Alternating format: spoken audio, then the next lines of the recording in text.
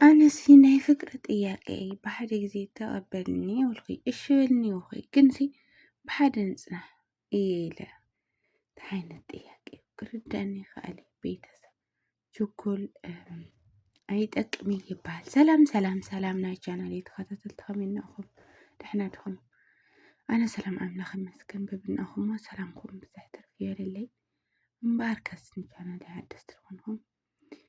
ላይክ ሰብስክራይብ ብምግባር ቤተሰብ ኩኑ ቤተሰብ ድማ ብልሙድ ላይክና ናፅሬተኹም ኣብ ኮሜንት መበረታዕኩም ኣይፈልየኒ ይነልኩ ኩራተይ ያው ናይ ሎማዓንቲ ቪድዮና ድማ ንበዓል ቢኒኦም ማለት እዩ። ቢኒ ምስ መሓዛው ያው ቢኒ ኩላትና ንፈልጦ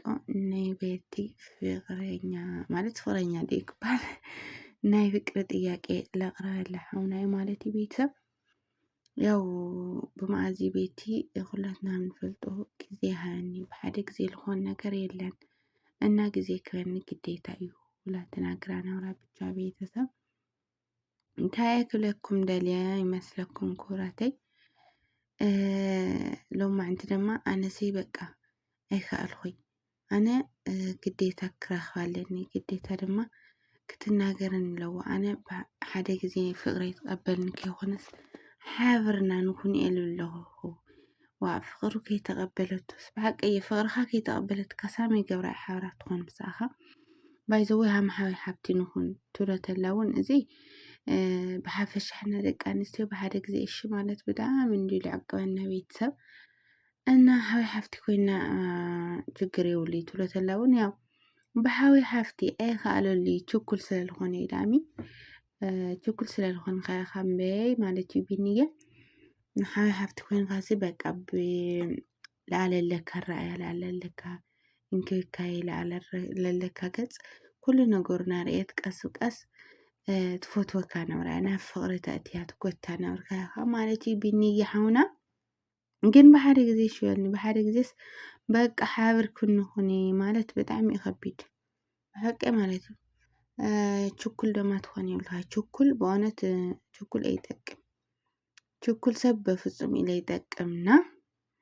ሃምኡ ትኾን የብልካ ይርግዕ ተትል ፅቡቅ ይበሃልቲ ማለት እዩና ያው ኣነ እቲ መሓዛው ካብኡ እቲ መሓዛው ብጣዕሚ ድንቆዩ ብሓደ ግዜ ሰውን ግዴታ እዩ ጓል ኣንስተይቲ ግዴታ እዩ ግዜ ከድልያ ግዴታ እዩ ሰዓት ከድልያ ምሳሌ ኣድንቀዮ ማለት እዩ ብጣዕሚ ኣድንቀዮ ዝወዲ ብሓቂ ማለት እዩ ቤተሰብ ምክንያቱም ሓንቲ ጓል ኣንስተይቲ ሓደ ወዲ ናይ ፍቅሪ ጥያቄ ከቕርበላ ከሎ ግዴታ ግዜ ከድልየኒ ትብሎ ግዴታ እዩ ብሓደ ግዜ ተልዕልካሲ በቃ እሺ ተቀብለካ ንኮ ኣይባሃል ማለት እዩ ቤተሰብ ወይ ድማ ካልእ ሂወት ክህልያ ካልእ ሂወት እትልያ እውን ኣነ ናይ ባዕለይ ሂወት ለለኒ ሰበይቲ ምበለት ነብራ በሃልቲ እየ ኣነ ማለት ኢና ሕዚ ግን ያው ሰብ እንትፈትዮ ኢኻ ንረኽቦ ግን ምግድርዳር ዝበሃል ነገር ንሕና ደቂ ኣንስትዮ ዋላ እናፈተናዮ ብሓደ ግዜ በቃ እሺ ንማለት ብጣዕሚ ስለዝዕቅበና ማለት እዩ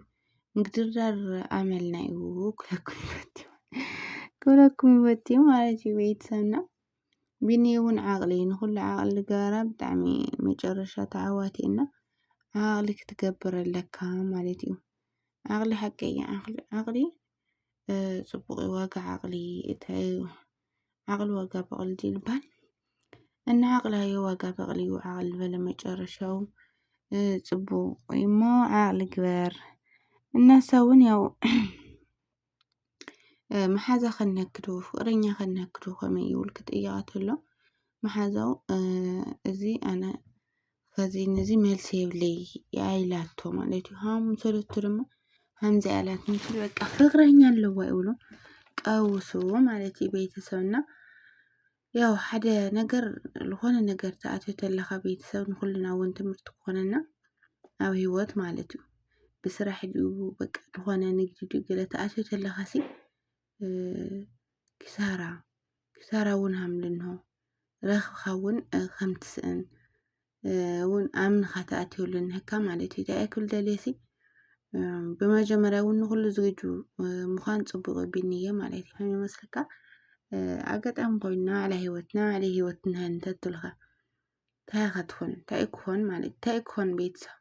أنا نعلي الفوتو اللي فكرو فقارنني تولاسي تأكون نقول نجار جن قديت أمن خلو تأتي مالتي مقدا ياو مسارون عاملينه عززتات بتشا آمن خاخا أمان يوم نجار أمان يوم هو تأتي بتشا كعوة خاجن كيخونسي كخسرون كخلي بالخا أو كل مفتان طبقي وهالتي مالتي هذين بقى نمنتي بحدا جديد تسوين بحدا جديد تنقرني إذا ما فقرانيان هو يقولوا بحدا جديد أشكاو عمد الباساج أشكاو بنولو العبد مالتي أنا بنقراتشن أنا تشكل سب ياو أنا اللي تشكل عيدو علي بيهوتي جن نايبني فيليل ولا مالتي فيليل ولا بيت فيليل ولا እና ኩራት ቤተሰብ ታያክለኩም ደሌ እዚ ነገር ብትበለ ብቲ ይብለኩም ሁሉ ነገር ለ ምርግጋዕ ልመስልዎ የለ ማለት ቤት እውን ያው ማሶም ዝሃውኒ ምናምን ሰድበት ኣነ ብጣዕሚ ደስ ይብለኒ ምክንያቱም እንትንተም ትብል ትናገር ትኾን እያ ቢያንስ ሓደ መልሲ ወይ ፍቅሪ ትቅበለያ ወይ ለሆነ መልሲ ትያላ ተስፋ ይገብር ማለት እዩ ስለ ቸኮሌዳ እሳ ለሆነ መልስ ሃምትብ በዓልቲ ሙሉእ ተስፋዬ ማለት እዩ ቤተሰብ ተስፋ ለና ለሆነ መልስ ሃምትዎ ማለት እዩ እና ቢኒ አይትቸኩል ቸኳላ አይጠቅም ቸኳል ስለለይጠቅም አይትቸኩል ማለት ቸኩል አይትሆን ክብለካ ይፎት ቸኳላታ አብዮትና ኩላትና ቤተሰብ ቸኳላታት እንኳን ይብልናይ በሐቅ ማለት እዩ ልችኩል ሰብ መጨረሻው أنا بعلي سر الخونة نجار الموصل أنا بدعمي شكون جن شكل جن ما جرش علي لو علي الجود مالتي بيت سنة كلنا جورو رجع الخاء حاسب خاستن خات جبرو نجار ما جرش طعم كرس للغنا ما رجع على المسلوية اللي كلكم يدلي بس ما جرش مالتي إذا بني ملكتي ليلي ياتي أوي يني كونجو ቤቲ ድማ ያው ሓስብክስ ተንተንኪ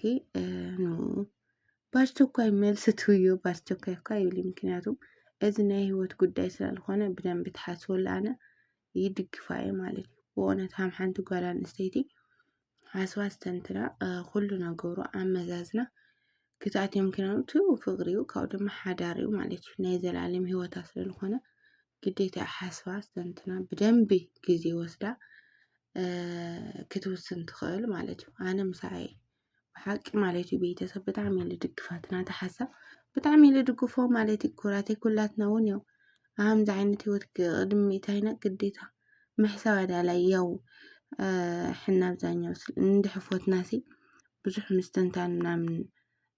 ኣይንኽእለሉ ዳም ግን ኣስተንተንካ ተኣትዮ ነገር ጽቡቕ እዩ ማለት እዩ ህድእ ኢልካ ትሓስቦ ጽቡቕ ኢና ኩላትና